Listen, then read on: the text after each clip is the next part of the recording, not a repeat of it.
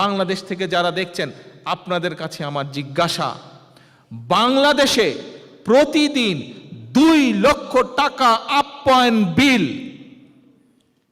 এটি কি একটি আজব ব্যাপার। এটি তো পাবলিকের পয়সা, এটি তো জনগণের পয়সা, অথচ 2 লক্ষ করে শুধু আপ্যায়ন বিল, বাকি অন্য বিল অন্য খরচ বাদই দেন।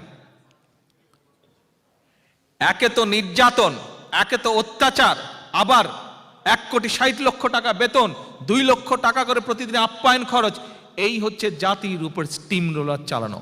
শুধু কি তাই, তাদের নেতাকর্মী, তাদের মন্ত্রী বলেন, তাদের নেতাদের বিভিন্ন কোম্পানি কি হলমার্ক, ডেস্টিনি, বিভিন্ন নামে একটার পর একটা ব্যাংক কিভাবে খালি করে নিয়ে যাচ্ছে, একটার পর একটা ব্যাংক ধসে পড়ে যাচ্ছে।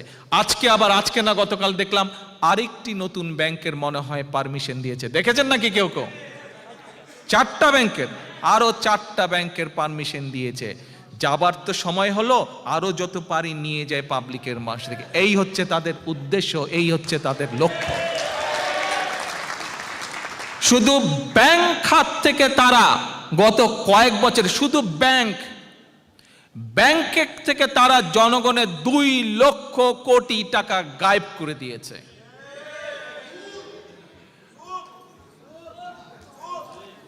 বাংলাদেশ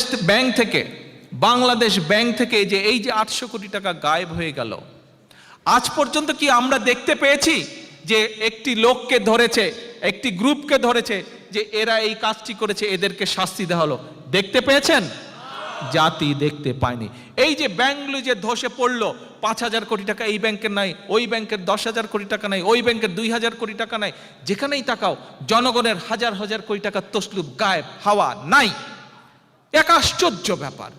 লুটপাটের এক মহা উৎসব দেশের মধ্যে, জনগণের সম্পদ লুটের এক মহা উৎসব।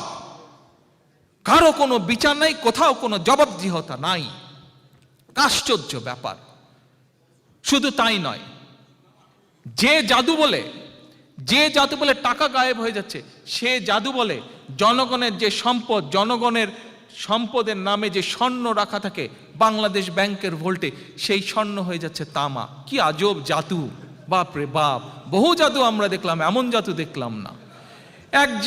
শুধু কি তাই, আপনি দেখেন, এতদিন ছোটবেলা থেকে দেখে আসলাম যে কনস্ট্রাকশনের কাজ যখন হয় সেখানে বিল্ডিং এর মধ্যে রড দেয়, এখন দেখি ডিজিটাল বাঁশ দেয়। এখন দেখলাম বিল্ডিং বানাতে বলে বাঁশ লাগে। কয়দিন আগে দেখলাম